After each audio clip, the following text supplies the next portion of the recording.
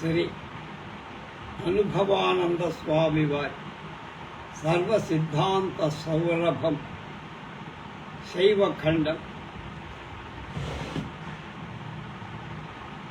13వ భాగం 6/3/24. రుద్రుడు, శివుడు, ఉపనిషత్తులు, పురాణాలు, శివస్వరూపం ఇవన్నీ చెప్పుకున్నాం. ఇప్పుడు రుద్ర, శివుడు గుణాలు వర్ణన. పూర్వ గ్రంథంలో పురాణ తాత్పర్య ప్రసంగ సందర్భంగా ఆ పురాణాలు కూడా సత్వరజస్తమో రూపంగా 3 విధాలుగా ఉన్నట్లుగా అవి వైష్ణవులకు శైవ పురాణాలు తామసికాలై నరకహేతువులుగా అనిపిస్తాయి. శైవులకు వైష్ణవ పురాణాలు తామసికాలై నరక బాధ కలిగించేవిగా కనపడ్డాయి. ఆ విభాగం అలాగే పాక్షిక దృక్పథ కల్పనమని మనం చెప్పుకోవాలి. అదేవిధంగా ఇక్కడ రుద్రా శివుడి సత్వరజోస్తమో గుణాలు తత్ అనుకూల వర్ణనాలు చాలా వరకు కల్పించబడినట్లు అనిపిస్తాయి. మూర్తిత్రయానికి ఈ గుణ వర్ణ నిర్ణయం పూర్వ గ్రంథాలలో చూపబడినట్లుగా వాళ్ళ కార్యస్థితుల అంటే చేసే పనులను బట్టి ఏర్పడ్డాయి. ముఖ్యంగా సగుణ బ్రహ్మం సచ్చిదానంద లక్షణోపేతుడై సృష్టి స్థితి లయ కారణంగా ఈ జగత్తులను జీవులకు కారణంగా జీవులకు అవుతున్నాడు. లయ కారణంగా జీవులకు అనిపిస్తాం. కానీ విభిన్నాలు కాకపోయిన భిన్న కార్యాలుగా కనపడే ఈ త్రివిధ కార్యాలు 3 రకాలైన కార్యాలు అంటే సృష్టించటం, పాలించటం, లయించే ప్రత్యేక వ్యక్తుల చేత నిర్వహింపబడినట్లుగా విశ్వసించబడి సృష్టి కార్య నిర్వాహకుడు చతుర్ముఖ బ్రహ్మ అని ఆ సృష్టికి పాలకుడై రక్షకుడై పోషకుడుగా విష్ణువు ఉన్నాడని కాలాంతరంలో ఆ జీవ జగత్తుల లయం చేసే కర్తృత్వం రుద్రుడికి నిర్ణయింపబడింది. ఈ మూర్తిత్రయానికి ఆ కార్యాలలో సహాయ శక్తులుగా సరస్వతి, లక్ష్మి, పార్వతులు భార్యలు కూడా రూపొందబడ్డారు.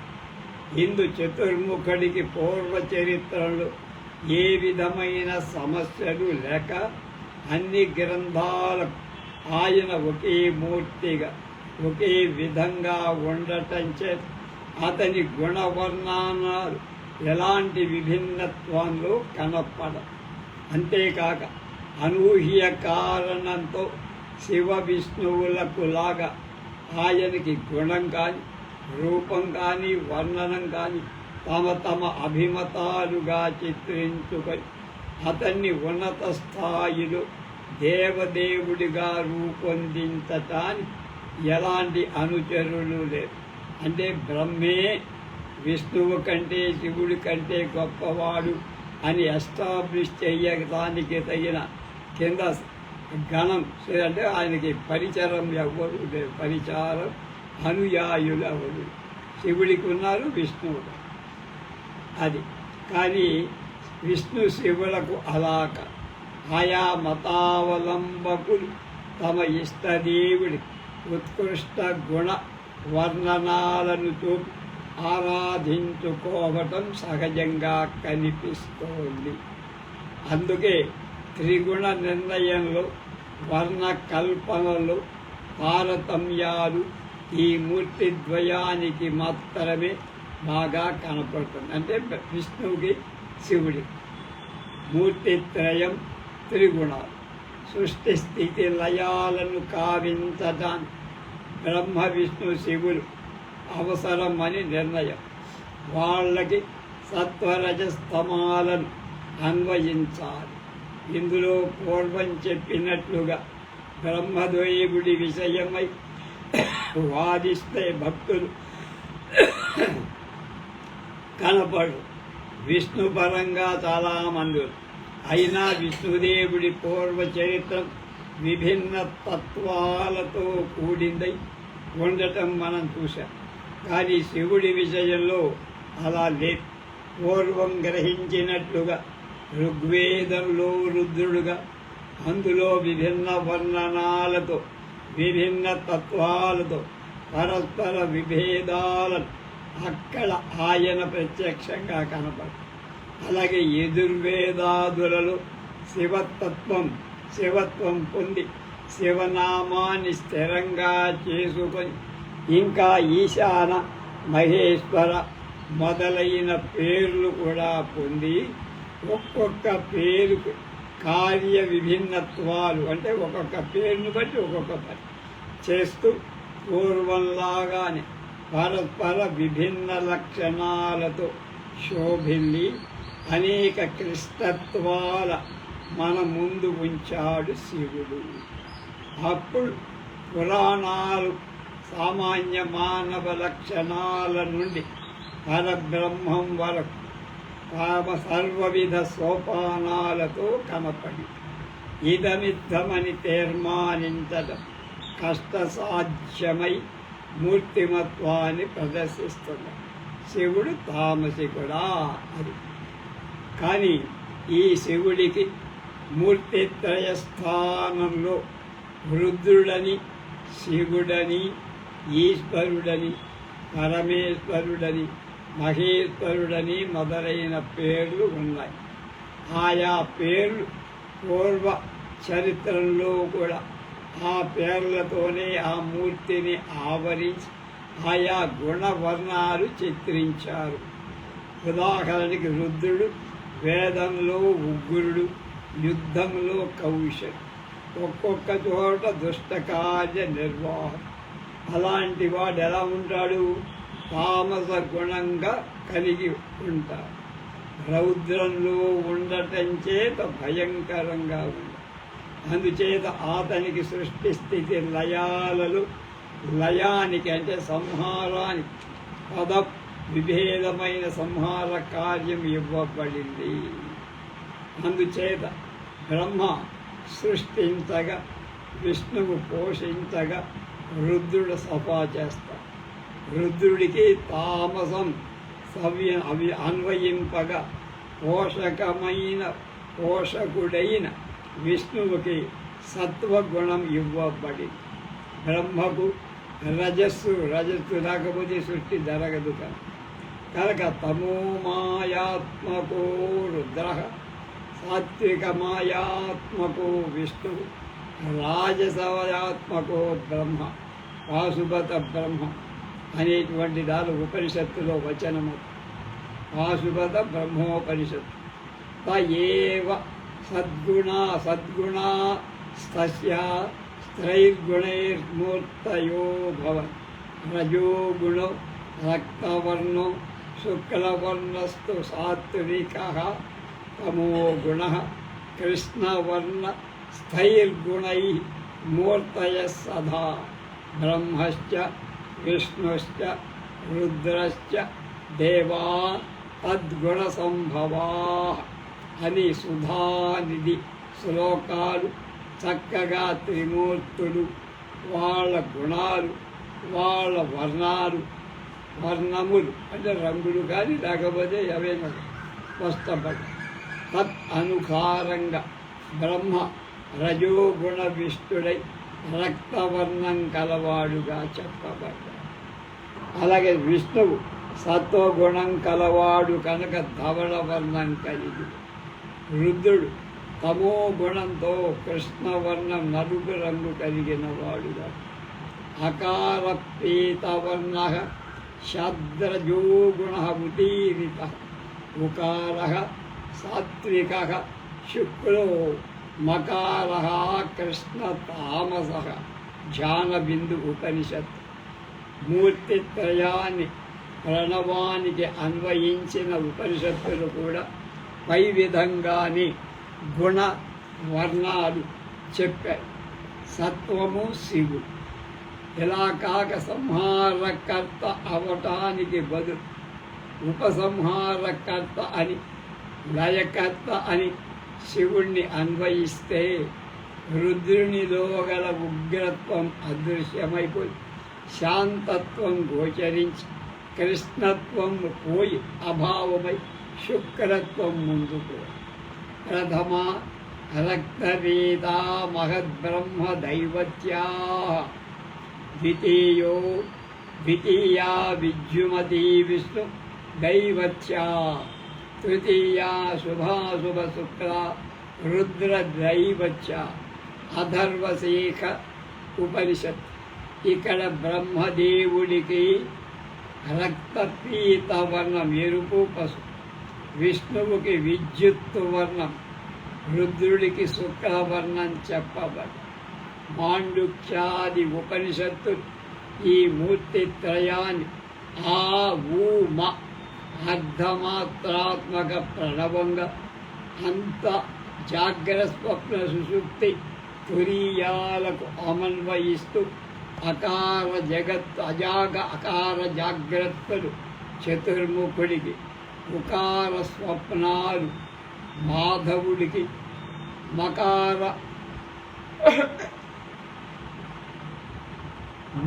నిద్రలు ఈశ్వరుడికి చెప్పబడ్డాయి. మళ్ళా ఆ ఊ మ అనే అర్ధమాత్రాత్మక ప్రణవాలకు మూర్తిత్రయం అంత జాగ్రహ స్వప్న సుషుప్తి తురీయాలకు సమన్వయిస్తూ అకార జాగ్రత్తలు చతుర్ముఖుడి, ఉకారంలో ఉండే స్వప్నాలు మాధవుడి విష్ణువుడు, మకారంలో ఉండే నిద్రలు ఈశ్వరుడికి చూపించారు.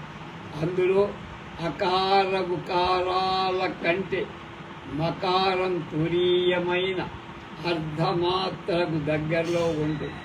మకార రూపమైనటువంటి సుషుప్తి కూడా తురీయానికి దగ్గరగా ఉండి అనేక విషయాలలో దాన్ని పోలి బాగా దగ్గరగా ఉంటుంది. కనుక త్రిగుణాతీతమైన తురీయ ప్రాప్తికి తమస్సు చాలా దూరంగా ఉంటే సత్వం చాలా దగ్గర ఉంటుంది. సత్వాత్ సంజాయతే జ్ఞానం అని కీర్తి పొందింది. తాత్వికంగా కూడా సుషుప్తి ఆవరణ మాయారూపమై ఆత్మకు దగ్గరగా ఉండగా స్వప్న జాగ్రత్తలు విక్షేప మాయారూపాలై దూర స్థానాలు పొందుతుంది. అలాగే నిద్ర అజ్ఞాన స్థితి అయి ఉండగా స్వప్న జాగ్రత్తలు అన్యథా జ్ఞాన రూపాలై జీవుడి అది ప్రమాద భరితాలై వెలుగొందు. అందుచేత బాహ్య దృష్టికి సుప్తావస్థ అజ్ఞాన కారణంగా తమో గుణంగా కీర్తి పొందిన నిజానికి అది సత్వ అంశమే. మళ్ళా ఒకసారి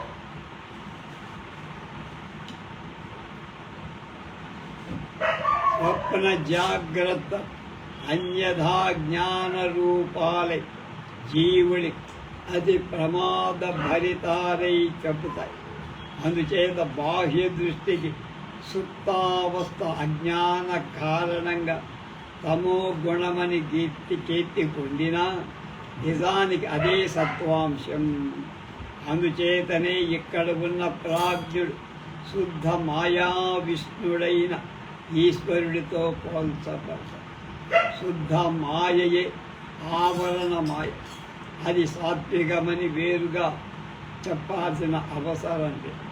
అప్పుడు స్వప్నాలలోని తైజసు కొంచెం అన్యథా జ్ఞానంలో మునిగి ప్రాపంచిక సంబంధం కలిగి మనస్సులోనే ఊహించి ఇంద్రియ సహాయం లేకుండానే ప్రవృత్తుల మీద ఆధారపడి రజస్సులో సుఖ దుఃఖాలను అనుభవించగా జాగ్రత్తలో విశ్వడు విశ్వరూపం ధరించాడు.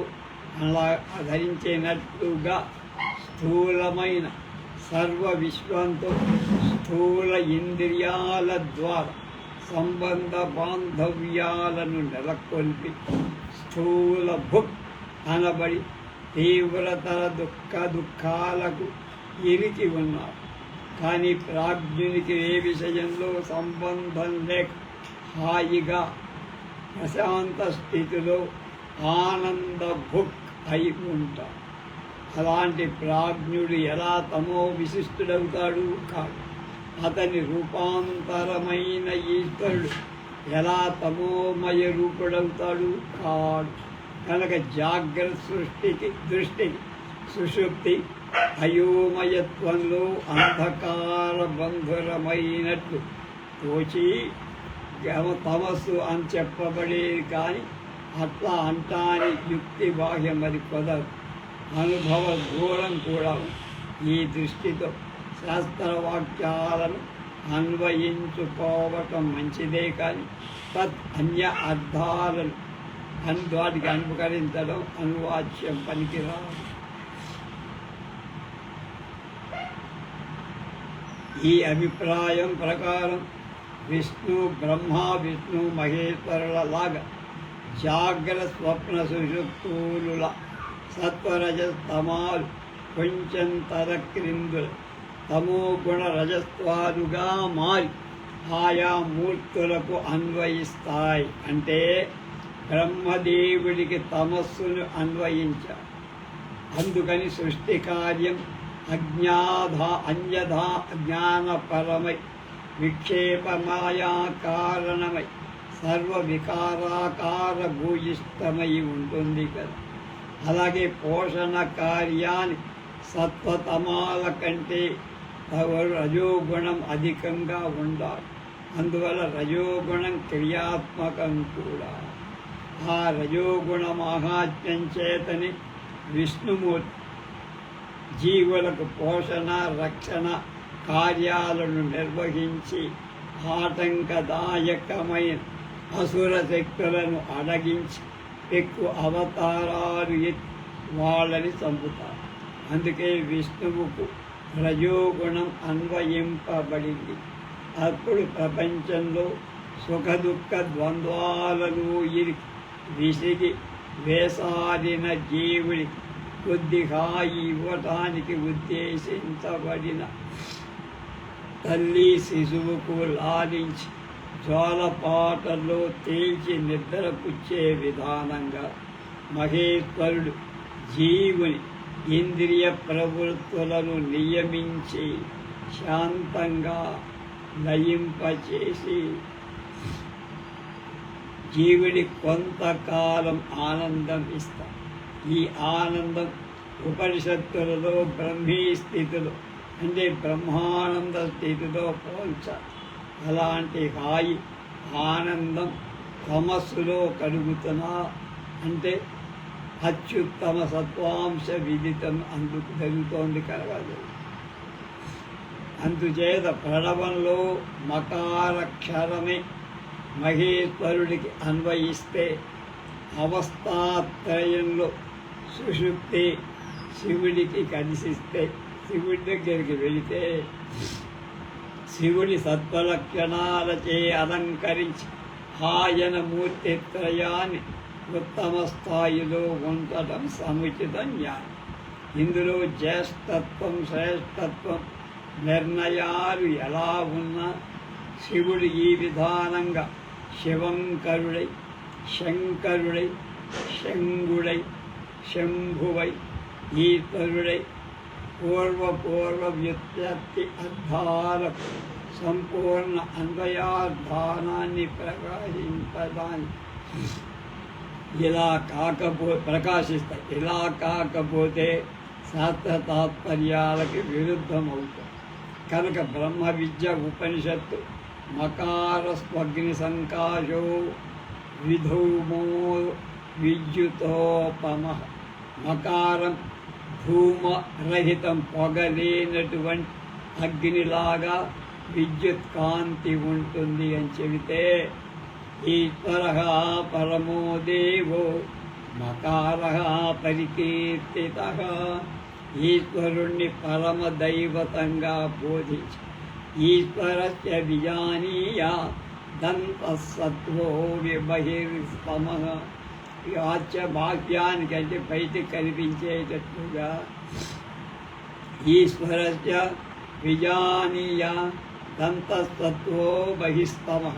బాహ్యానికి తమో గుణం తోచి అంతరంలో సత్వగుణాధికుగా ఈశ్వరుడు ఉంటాడని అతడి శివతత్వ సుధానిది అంతరాత్మ. కృష్ణోపనిషత్తులో ప్రోక్తాచ సాత్వికే రుద్రే భక్తే బ్రహ్మణి రాజసి తామసి దైత్యపక్షేతు. సంపూర్తిగా రుద్రుడికి సత్వాన్ని ఇచ్చి అసుర సంహారకుడై విష్ణువుకి తామస గుణం అన్వయించబడి శివగీత కూడా ప్రథమా రక్తవర్ణస్య ద్వితీయా భాస్వరా మతా తృతీయా విద్యుదాభాస చతుర్థి శుక్రవర్ణిని అని చెప్పి ప్రథమ మాత్ర రక్తవర్ణం కలది, రెండవది భాస్వర వర్ణం, మూడవది మెరుపు రంగు, నాలుగవది శుక్లవర్ణం కలదే చెప్పి. ఇప్పుడు